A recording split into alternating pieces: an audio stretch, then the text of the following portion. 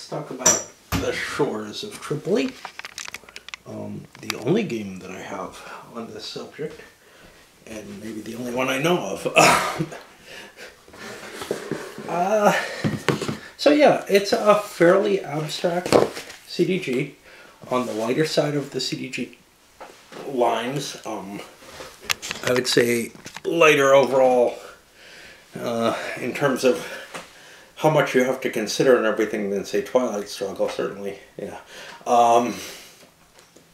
More, maybe a little heavier than 13 Days, or, well, 13 Days is really light. Definitely heavier than Cold War. Maybe a little heavier than Fort Sumter, although probably closer in that range.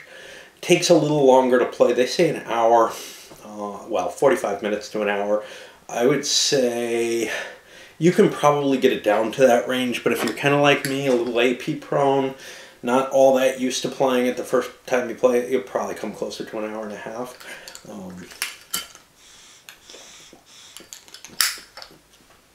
Rules are not long at all. It plays with 2 individual decks, 1 for each player. Some pre-programmed cards that are always available, well, that are available when the conditions are right, but they're always, you don't have to wait for the deck to bring them around for each player. Each player has 3 of those.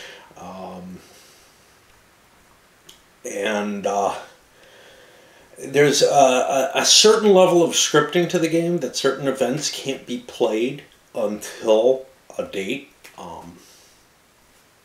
Different dates for different cards, but that prevent, you know, the U.S. from just storming in and taking Tripoli early in the game or anything like that. They have to kind of follow the build-up in terms of rules of engagement that they more or less historically followed. They have to bring their allied insurrection into play and stuff like that for them to really get a chance to push into the victory level. One of the things that I really like about this is it offers a number of different paths and choices towards not just victory, but towards what you're playing towards and everything. So that the 2 different games I played were very, very significantly different. One of them, both players were kind of aiming towards their own victory, and they both kind of got very close to it, and it became a race who can get to victory first. This one was more of a race to what felt more like trying to prevent the other person from winning, and maybe they didn't try as hard as possible towards the end. They kind of made a race for victory at the end, and you had different winners in each game. Both games were fairly close. The game was never. It's never in a situation where it's like, gee, I know I'm gonna win. You know, you're not putting the game away in that situation. If you know you're gonna win, you've won. Basically, you know, it doesn't get you into that position. Now, the second game, the one that I played on video, looked a little bit more like things were unbalanced in favor of the Tripolitanian player as we went. But I'm fairly convinced that that was a matter of worse luck for the U.S. player in terms of their initial hand draw.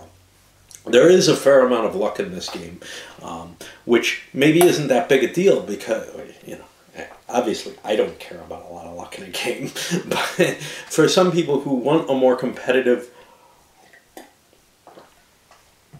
game where the luck is less likely to be swingy, it may not be that big a deal for this because it has that short playing time. It has some sort of tournament rules for a metagame that you can put aboard it and create sort of a scoring system for running several games of this, giving it, you know, a little bit more legs than just the game itself has. One of the concerns that I might have is that so there's a couple concerns I have when I look at kind of a lighter game like this. One of them is on the CDG level, hey, is everything sort of counterable? Like, if I play a certain card worth points, are you just going to go in and undo my card because I made the best move and therefore you want to undo that move? And it just really comes down to who draws the best points. Well, in this game, there are no points on the cards. Every card is worth, you know, one choice from an option of three different operations you can kind of take, plus the event itself. And obviously some of the cards are weaker than others, but they don't have a point value weakness. So if a card is useless to you at a certain point, even if it's a very strong card, it's just as valuable as a card that might be useful to you, but is not a necessarily strong card. And I kind of like that. I like the idea that, hey, I can just spend my time doing what I want to do, and it's just normal stuff, and it's always pretty much the same, or I can invoke something that's a little bit special. I hate that, and I'm sure a lot of people love it, the idea of, oh, look, I got a 3-point card here, which I can balance out against the event. Which can I get more off of? I don't like making that kind of choice. I like the choice to be, hey, do I want to do the event or not? It's just that simple, you know? Is this an event I want to do, or do I want to do just the normal stuff that I can do and not have to try to balance out the points to it? You end up often having, well, you almost invariably end up having extra cards in your hand, so you have to make these discard choices at the beginning of each turn as to, and sometimes it's very easy. Sometimes you're like, well, this card isn't very valuable to me, or this card has absolutely no value. Although you do have to kind of keep in mind the idea of, will this card be useful next turn because I could hold it till then, or can I afford to throw it in the discard deck? You know, to some extent, I feel like you do want to memorize the deck in this game. That's something I don't generally like too much in a CDG. I feel like, hey, CDG is about events. Events, the games I like are, events should be kind of unknown. You're going to lose that in this. I think this is more of a competitive exercise than it is sort of a storytelling, a story unfolding for you. The first time you play it, it may be a story unfolding, but this is not the kind of game that you buy to play once. You pick this thing up because you want to get a few games of it in, and you do probably want to play it a little bit more competitively than I tend to do. So on the one side, it has this advantage of you're not automatically forced to kind of counter your opponent's move or just do your own thing and build up your own equivalent point base. And that's kind of the problem I had with 13 Days, is I felt like you're constantly trying to prevent your opponent from winning or else push yourself to where you've got a chance of winning. In this, you're kind of following different paths. There are different ways of stopping the different paths, and you can kind of build them up in parallel in a way that allows you to kind of build an overall trap where the opponent has to defend against both directions you're going or multiple directions that you're going in, and then, of course, you're weakening yourself by spreading yourself out like that. So they might be able to focus on one thing. But there's luck in the game. Not just the luck of the cards, which impacts what you can actually do, and you may need certain cards to trigger the victory that you got. But there's a lot of die rolling. And the die rolling is buckets of dice style, where you're getting hits on 6s or 5s and 6s, depending on the situation. So there's a chance you can just crap out on something that looks like it's going to get you, a win or something like that, or get you towards your victory to a large degree. I like that kind of thing in a game. It's one of the things, Twilight Struggle works because there's luck in it, where you're just dealing with I've got this hand of cards, and now I can plot and I can say, if you don't have the counter for this, you're screwed. I don't like that kind of feel. I like something that throws a little bit more randomness in, so that I don't know that I have I don't just know that I have a powerful card that can win me the game if you don't have the counter, but that I have a powerful card that if I do well enough on my rolls can win me the game, or something along those lines. I like to make that kind of additional layer of uncertainty to be present in it. The other worry, though, is replayability. I think with a smaller game like this that's got a quick turnaround, you definitely need some replayability, and there certainly is some. You have different, the hands of cards that you have come up differently. They're going to give you different opportunities and different challenges that you have to face each time you play, up to a point. But the decks are small. I do get the feeling that you're going to start seeing a similarity in play every time. Now, you could say the same about games that have infinite replayability in many people's minds, something like chess, there's no variability in that. You've got the same setup, and the only variability is provided by your opponent. Yeah, I don't feel like the number of different... There aren't a lot of different board configurations that can happen in the game. So I think it probably, I would say 5 to 10 plays against an opponent, and then, you probably want to put it aside. I don't think this is going to be something that's a go-to again and again and again type of addictive game. It feels kind of that way at first, because I saw such variance between the couple of plays. But I have the feeling that just the size of the deck and everything, it's gonna kind of wear out a little quickly. There really isn't, there aren't a lot of spaces on the map. Speaking of which, the components are very, very nice. Kind of longish board, and between that and the dice, it has a little bit bigger footprint than you'd want to take like to a coffee shop or something, probably. I mean, yes, you could, but as long as there's a decent sized table or something. But I'm used to some places with kind of tiny tables, and you're getting a little too much components here to want to just... It's not like slipping awful green things in your pocket or something along those lines, which I really like the idea of. Something that I can just, that I don't have to carry around a big box or whatever. If you're looking at a game that plays this quickly, that doesn't have a whole lot of rules so you can explain it in the noise of a coffee shop or whatever, well, this may be a little big for that. Of course, if you are a normal person and have a car, it may not be as big a deal.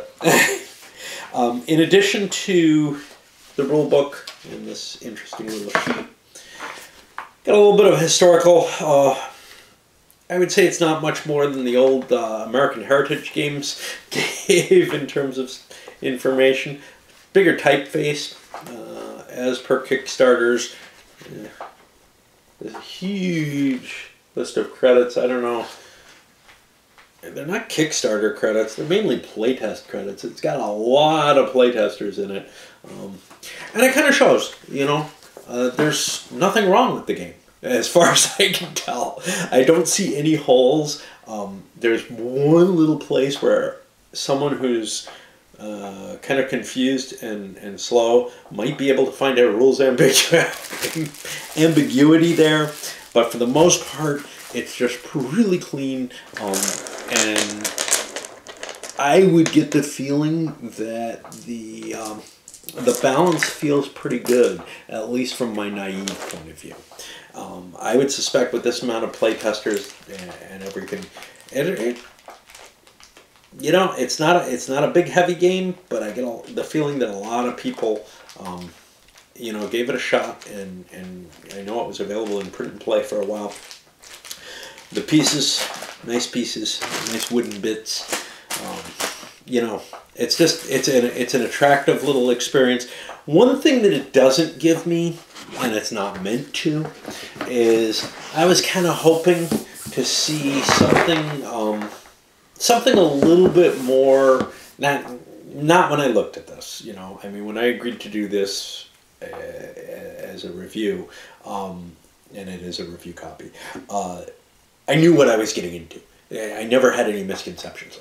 I would like to see, I guess, is the better way to express it, something that told the story in a richer, more detailed fashion. Not necessarily anywhere near as competitive a game. Just something, because this is such a romantic and exceptional set of actions that I'd love to see something, I don't know, maybe how I picture Legion of Honor to be, or something along those lines, where it's really kind of almost a storytelling game as much as it is a strategy game. But this one provides you with a nice strategy framework that fits the story. It feels fairly historical.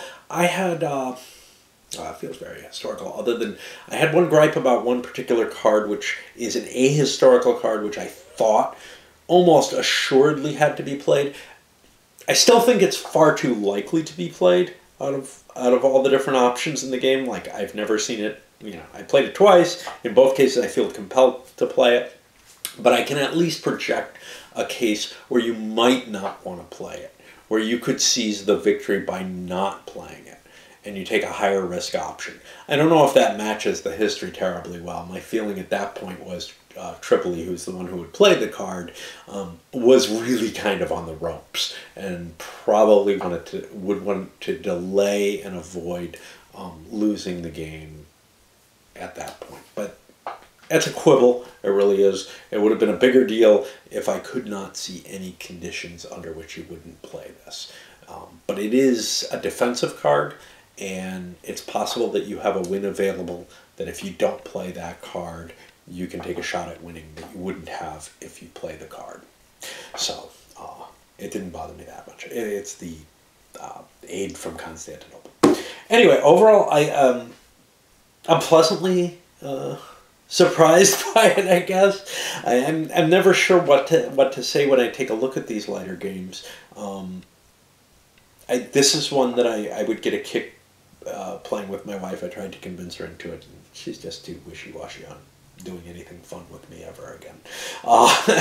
And I mean, we have tons of games that are more up her alley than this one.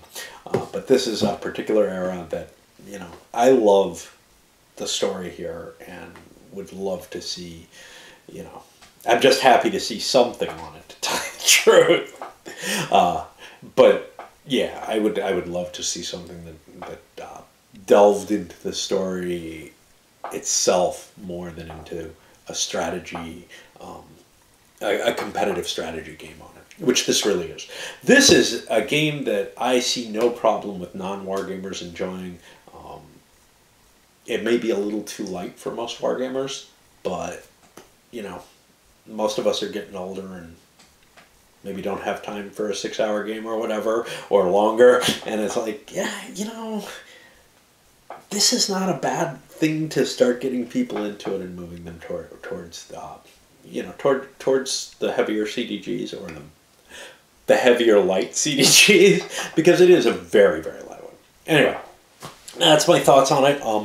You probably get more by watching my playthrough than you do out of whatever I can give of this. There are people who have put a lot of plays into it in playtest who can probably give you more ideas as to, balance, replayability, etc. I see people who've played it 20 times or whatever, and I'm kind of like, well, that's cool. I don't ever find that much time to play most anything anymore.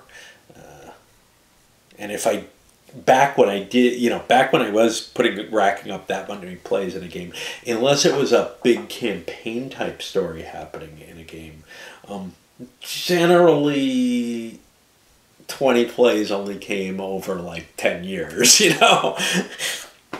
unless I just kept finding different people that I would play it with, because I like a new experience each time, and such a new experience that I'm not the kind of person who really delves into the how can I best win this game? What is the best way to play this game? That's the competitive side of gaming that when I do tend to play games in the competitive side, it's more abstract. Although this gets fairly abstract. One thing I don't know that I mentioned, you do kind of want to... Well, battery ran out on me there. One thing I wanted to mention, and I just smashed things together, so... one thing I wanted to mention that I know I mentioned during the playthrough, but I don't know if I mentioned during the review portion, was... Shit, now I can't remember. Yeah, you do kind of want to memorize the deck, I think, to play well. Now that's true with most of the more competitive CDG type games. You know, you want to know at least most of the key cards in a Twilight Struggle game. You don't need to know every card and the average value and all that, although that kind of information is helpful. You want to know the major key cards in Washington's War,